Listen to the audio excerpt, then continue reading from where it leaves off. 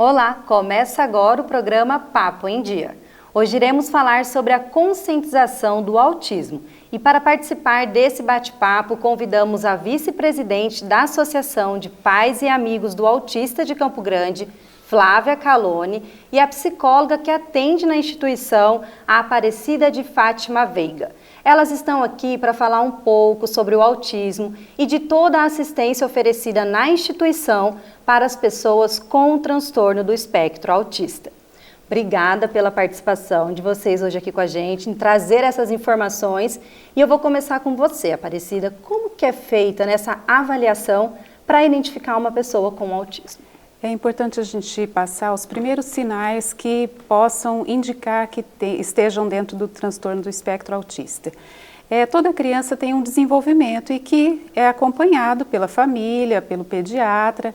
E o que mais compromete o autismo é a comunicação, a interação social e os padrões restritos e repetitivos de comportamento.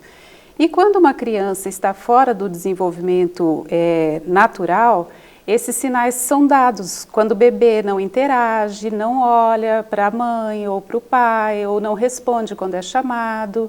E aí são sinais importantes que vão sendo mostrados. Atraso na fala, e aí é preciso buscar ajuda, geralmente com o pediatra. Então, ali naquele acompanhamento do pediatra mesmo, já é possível identificar, ter um sinal Sim. em relação a isso. Mas assim, de um modo geral, todas as pessoas deveriam saber isso, justamente porque às vezes leva para o pediatra, já com uma certa resistência, o pediatra fala, vamos aguardar um pouco mais, está normal, porque está crescendo, porque está tendo um desenvolvimento físico dentro da normalidade, mas a questão comportamental não. Então, se há indícios de atraso, insista, vai buscar uma avaliação.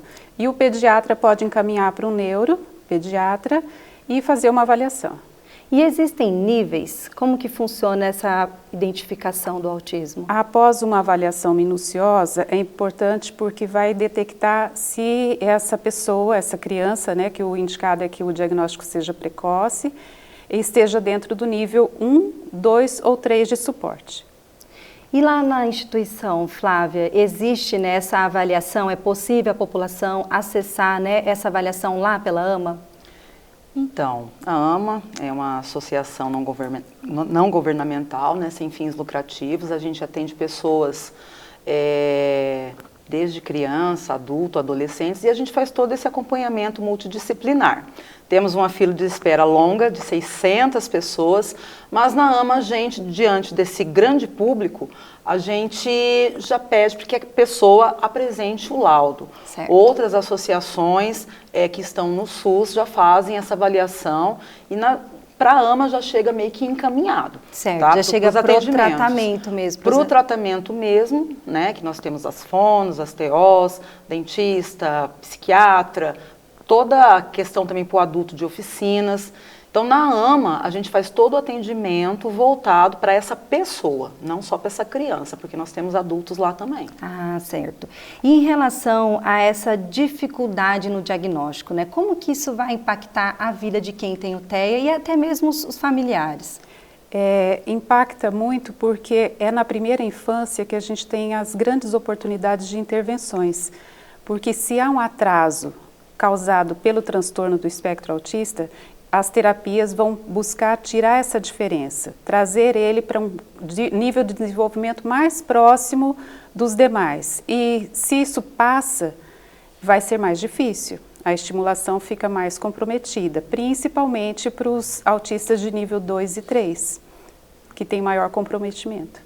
Flávia, é importante a gente falar também sobre a questão do preconceito, A sociedade, ela passa por esse processo aí de quebrar os preconceitos e a gente está aqui para poder trazer essa vivência de vocês que estão aí à frente da luta, da inclusão, da assistência da pessoa com transtorno do espectro autista e importante a gente falar sobre isso, Flávia? O preconceito, ele existe não só com relação ao autismo, ele está enraizado na sociedade, Mas assim, o diferente é difícil de você entender sem você ter aquela vivência, Eu, até esses dias atrás, eu falava que hoje a sociedade conhece sobre o autismo, é muito falado, mas não. tem pessoas ainda que não conhecem. Pode até saber o que existe o autismo, mas não sabe o que leva à diferença daquela pessoa. Quais são, de repente, uma criança que você encontra no supermercado, desenvolvendo uma birra, você acha que é birra, né? E as pessoas só olham para aquela criança, não olham para o que está ao redor, que é aqueles pais, o tanto de sofrimento que aqueles pais sentem, né? Então, o preconceito ainda existe e existe muito. Viu, E Daiane? como passar isso para a sociedade? Já que a gente está aqui trocando essa experiência, talvez para os pais aí, como você falou, encontrou, por exemplo, uma criança num parquinho, num espaço kids, como ensinar isso, né, para o seu filho lidar com essa diferença, conviver com isso de maneira inclusiva? Qual que seria a orientação? O que é empatia? Né? É o que a gente busca. Nós, pais, mães de autistas, de pessoas diferentes, a gente busca um olhar diferenciado. E a empatia não é só você, eu sou empático, é você conhecer o que é o autismo, o que é alguma deficiência.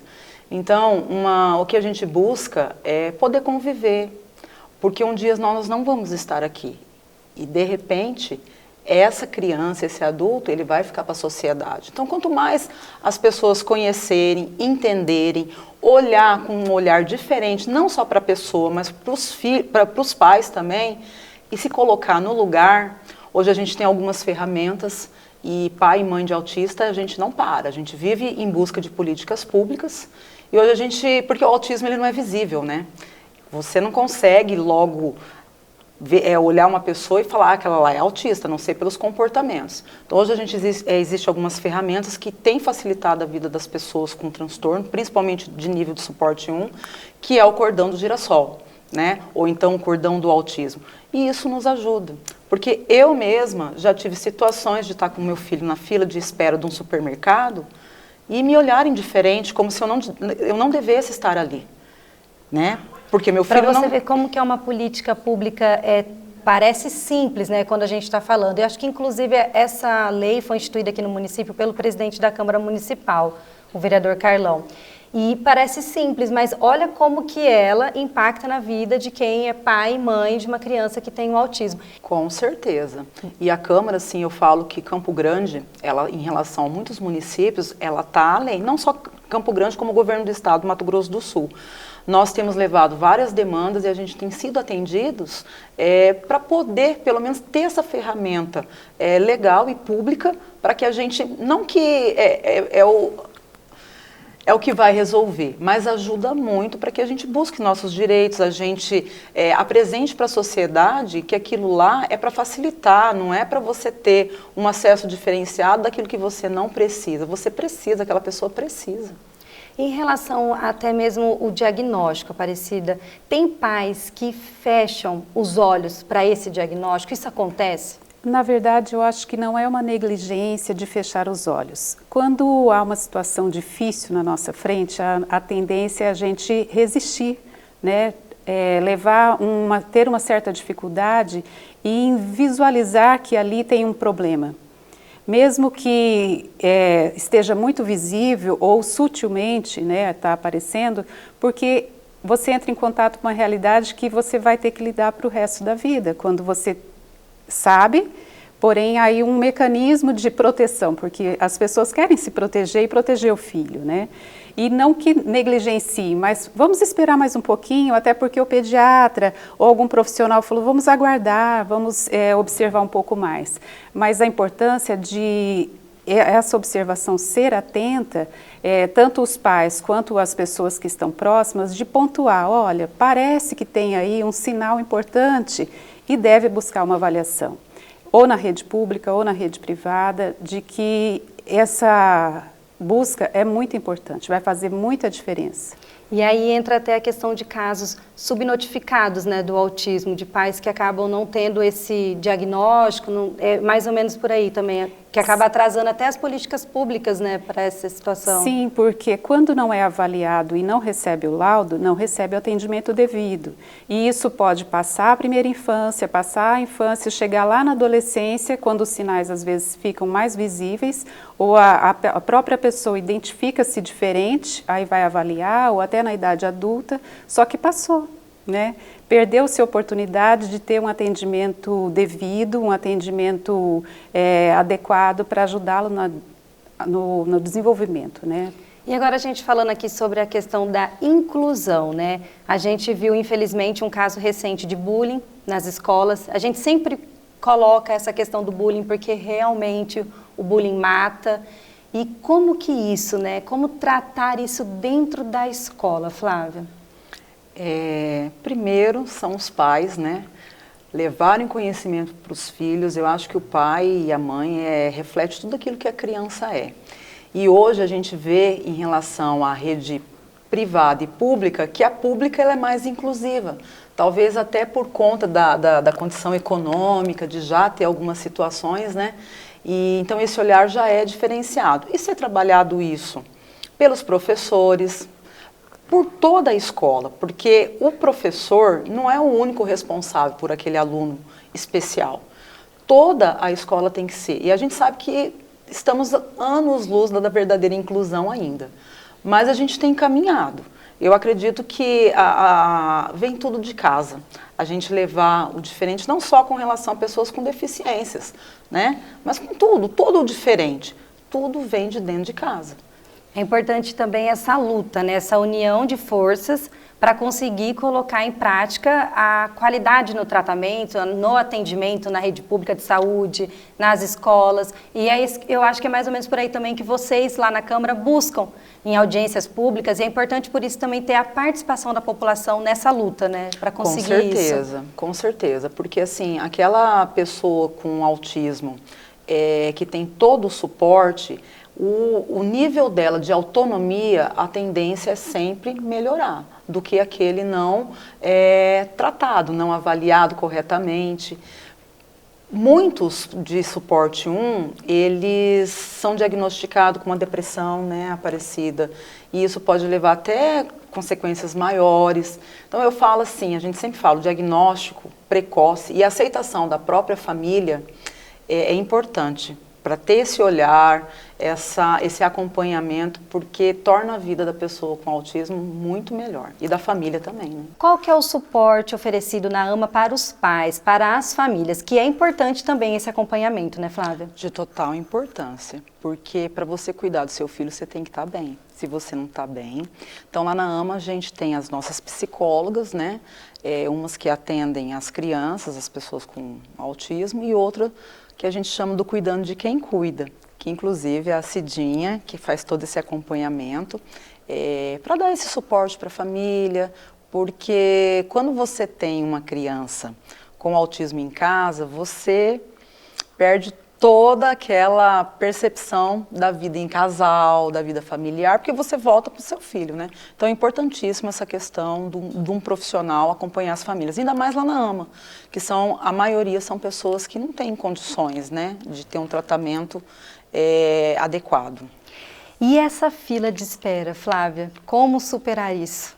Porque você falou que a gente tem aí uma fila de espera de mais de 600 pessoas, como superar isso? Qual que é o suporte, né, a necessidade da AMA hoje para poder ampliar esse atendimento? É uma dor no coração para nós, cada família que nos procura. A gente tem as assistentes sociais lá, que faz todas essas avaliações, para a gente sempre estar podendo encaixar alguém em alguma terapia que, de repente, a gente passa a atender. Mas hoje o principal gargalo da AMA é a sede. Nós estamos em busca de um espaço novo para atender principalmente os adultos, né? Estamos em vias de viabilizar isso. Então, para a gente conseguir atender, e a gente sabe que não vai parar, a AMA até pouco tempo era a única associação que atendia exclusivamente autista. Hoje a gente tem outras associações, mas assim, a gente precisa crescer. Hoje o que limita a AMA em termos de crescimento é o espaço físico. Temos um público elevado que não vai parar. E a tendência é aumentar, é isso? A tendência é assim, nós não temos um censo no Brasil. Certo. Então a gente utiliza muito os dados dos Estados Unidos, que são feitos todos os anos. Quando o meu filho foi diagnosticado, esse instituto falava que a cada 144 nascimentos, um era autista. Hoje, no ano passado, que foi o último que saiu, a cada 36 nascimentos, um é autista. E nós temos levado isso para toda a sociedade, para a classe política, para desenvolver, principalmente políticas públicas para isso, para não serem pegos de surpresa. A gente tem falado isso há anos. E a tendência é crescer. A tendência é crescer e as avaliações, os diagnósticos estão sendo mais precisos. Eu tive que sair de Campo Grande para ter o diagnóstico do meu filho, muitas amigas também, porque na época tinha essa dificuldade de fazer o laudo, de todos os profissionais, aquele receio, porque você rotula uma criança, uma família com relação ao autismo. Então, hoje não. Hoje os profissionais foram em busca, até porque a demanda, né? A demanda muito elevada, os planos de saúde passaram a atender, mas estamos em via aí e logo, logo, se Deus quiser, nós vamos estar ofertando aí para a população mais esse polo e aliviar um pouco essa fila de espera. E a terapia ABA, Aparecida? O que seria a terapia ABA? A terapia ABA é a que é baseada na análise aplicada do comportamento e é a mais indicada para o autismo. Haja visto que a maior dificuldade do autista é socializar e interagir. E a questão dos padrões de comportamento, que são restritos e repetitivos. Então, a aplicação da terapia ABA, ela vem para superar essas dificuldades. Trabalha cada comportamento. Então, a abordagem mais indicada, além de ser a ABA, é a ABA naturalista, porque ela vai em cima do que o indivíduo autista apresenta. Se ele apresenta um comportamento diferente ou disruptivo, ou que não é adequado para aquele ambiente na escola, no ambiente em que ele vive, a ABA vai intervir em cima disso para que o comportamento inadequado seja extinguido ou substituído por um comportamento adequado. E existem outros tipos também de tratamento, além dessa terapia ABA? Existem, mas assim, o que é mais indicado hoje e que tem comprovação científica de eficácia é a terapia ABA. E as telas, né? Acho que as telas vieram aí, inundaram a vida de pais, das crianças. Como que isso impacta, né, na vida de quem tem o TEA? Quando a gente vê as telas como uma tecnologia de recurso de informação ou de estimulação para a aprendizagem, ela é importante. Porém, quando a exposição é além da terapia, que é o que a gente vê quando a criança está num tempo de espera com a tela, quando está no carro está com a tela, quando está na escola está com a tela, o tempo todo com a tela, aí já passou. Já ultrapassou o limite permitido e aí já gerou uma dependência. A gente vê nos adultos também, né? Quando começa a olhar uma rede social e ali que era uma coisa para responder em 30 segundos, já vão alguns minutos. Então a exposição excessiva à tela, ela é prejudicial. Gera uma dependência porque os estímulos são muito fortes e essa criança vai querer mais. E como tirar uma coisa que é interessante, que é estimulante e que dá o retorno que ele precisa, que o autista precisa, não gosta de interagir. Essa é a grande dificuldade. Mas a gente pode tirá-lo daí com as terapias adequadas, né? Mas quando ele está numa coisa que prejudica, precisa tirar, precisa intervir. Aí entra a força da família, o empenho e a dedicação para substituir. Eu vou tirar a tela, mas eu tenho que pôr outra coisa no lugar. Tem que fazer uma troca com a criança, sim, né? Sim. E tem que ser uma troca que não seja outro problema. Vou te premiar, eu vou te fazer um reforço negativo. Tem que ser um reforço positivo, que é a base da terapia comportamental é essa. E a escola, Flávia? Você estava contando aqui pra gente no intervalo em relação a como que a escola foi fundamental no diagnóstico do seu filho. Qual que é o papel da escola nesse momento? Eu sou uma admiradora dos educadores, porque eles têm total conhecimento desse desenvolvimento mesmo que é esperado de cada criança, né? E geralmente aquele pai, aquela mãe que às vezes não viu algum atraso nos filhos, é na escola que eles conseguem fazer todo esse parâmetro, porque tem os demais coleguinhas, né? Então, geralmente, os educadores, o pessoal da escola, chama esses pais, essas mães, olha, eles jamais vão falar assim, eu acho que seu filho, de repente, pode ter autismo, pode ter TDAH, e eles vão falar para você investigar. E é uma coisa que eu recebo muita, pelo WhatsApp, muitas mães entram em contato logo no início, que eu acho que é o momento mais difícil, né? Até você aceitar. E eu falo assim sempre, mas você acha que meu filho é autista? Você acha que meu filho é isso? Eu falei assim, olha, eu não sou profissional, mas eu sempre falo para pai e para mãe, é o nosso filho, a gente tem que pecar pelo excesso. Vai em busca. Se a escola te chamou e viu que seu filho, em algum comportamento, em alguma situação, ele não está acompanhando os coleguinhas, vai atrás.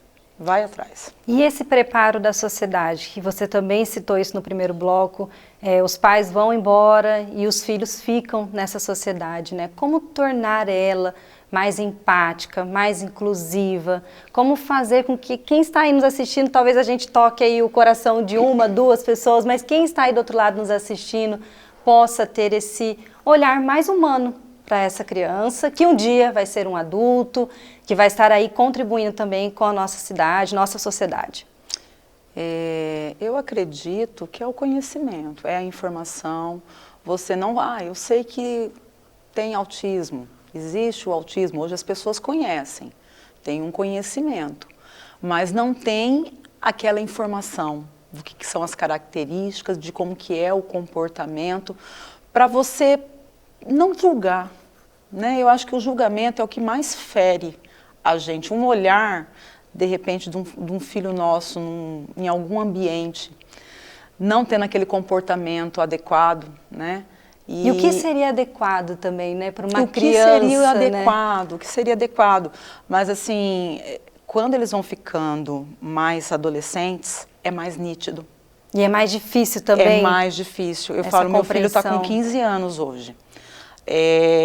Quando é mais novinho, tem as mesmas características, às vezes, de uma criança da idade dele.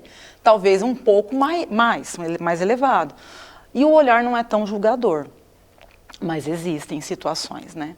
Então, eu acho assim que a informação, hoje a mídia tem nos ajudado muito. Esse trabalho de vocês aqui pra gente, levar essa conscientização, e a AMA está aí.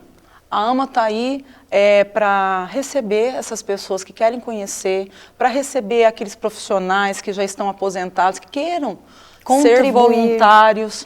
Legal, né? Isso é legal. Porque assim, eu sou apaixonada pela AMA. Porque no meu momento mais difícil, embora eu tivesse condições de ter os profissionais adequados para avaliarem meu filho, darem suporte para o meu filho, quem me recebeu e me amparou, não só na questão do autismo, mas me acolheu enquanto família, foi a AMA. Então procure essas associações, procurem conhecer, os profissionais hoje estão falando, está aí para você pesquisar, né? Então eu acho que é aquilo que eu te falei, eu acho que é informação. E tem canais para doação também para a AMA? Existem? Existem canais para doação, nós temos a ama.cg.org.br, temos também os telefones, né? Depois eu vou pedir para o pessoal colocar. A gente coloca aí embaixo, coloca. Temos no Instagram nosso também está falando direitinho como podem ocorrer, né?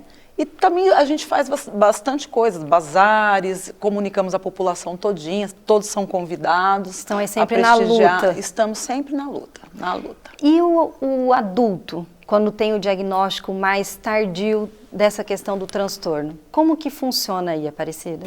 Embora ele tenha passado a infância e a adolescência sem nenhum diagnóstico ou com diagnóstico errado, ele precisa das terapias também, porque ele entrou em contato com uma realidade que é uma novidade, é difícil.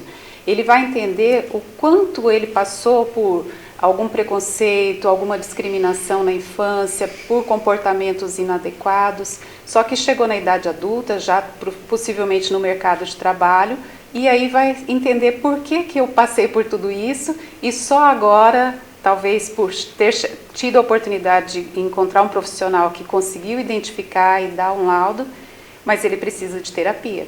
A gente até fala na AMA que o autista não recebe alta das terapias. Ele vai precisar ter acompanhamento para a vida toda, porque ele precisa desse suporte para lidar com as dificuldades. Mesmo que seja um autista de alto funcionamento, de nível de suporte 1, que ele tem uma compreensão, que ele vai para o mercado de trabalho, ele constitui família, pode ter filhos, porém as dificuldades e as angústias precisam ser acompanhadas, como todo ser humano, né, deve receber um acompanhamento. E qual mensagem que fica, para a gente, finalizando aqui o nosso bate-papo, a mensagem que fica, né, de conscientização para as famílias que têm o autismo e até mesmo para aquelas famílias que não têm, para a gente poder aí ter essa inclusão de fato na nossa sociedade, Flávia? Eu falo assim, né, que é o conhecimento, é você olhar diferenciado para essa família, para essa sociedade que está evoluindo, cada dia com mais diagnóstico. Uma coisa é fato, cada vez mais as pessoas vão ter que conviver num shopping, num parque, com uma pessoa com alguma deficiência. Então, eu acho que a gente tem que sair da casinha. Eu, como mãe de autista, eu tenho que tentar entender a dificuldade de uma pessoa que sofre um racismo. A gente tem que voltar na época dos nossos avós, que as pessoas se preocupavam um pouquinho mais com as outras, porque cada ser humano, ele tem uma linha uma rede de apoio, uma rede de envolvimento. Então, a gente pede, a gente fala, porque nós vivemos uma situação diferenciada, uma adaptação a cada dia para que as coisas corram bem na nossa vida. E se a sociedade puder nos acolher e nos entender, não só os nossos filhos, né, os nossos parentes também, mas a gente, olha para a gente com um pouquinho mais de cuidado, com atenção, né, com empatia mesmo, mas a real empatia. É a real empatia, é você se colocar no lugar do outro, mas conhecendo o que é esse outro. E você, Aparecida, que faz todo esse acompanhamento lá na AMA, né, que vivencia aí de perto a vida e luta de pais, né, com essas crianças que têm autismo e de adultos também, que estão aí no mercado de trabalho.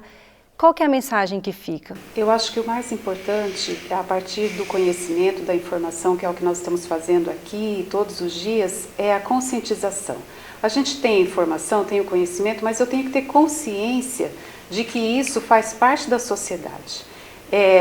O indivíduo com transtorno do espectro autista, ele é um indivíduo da nossa sociedade. Ele não pode ser excluído ou ficar à margem. Quando vai para a escola, ele é um aluno, assim como todos os outros. Quando ele está na família, ele é um integrante da família. Na sociedade é a mesma coisa, é um igual. Embora tenha comportamentos diferentes, é apenas isso. Então a empatia não é só dizer eu sou empático. Eu preciso praticar a empatia. Na minha família pode ter e está tudo bem. A gente lida com isso, a gente acolhe e segue. E a vida segue o seu fluxo? Sim, então a diferença está aí, em acolher. É o acolhimento. Acho que a sociedade está precisando aprender a acolher o diferente, porque o diferente é legal, a gente sempre lida com isso, eu falo muito isso para os meus filhos, o diferente é legal.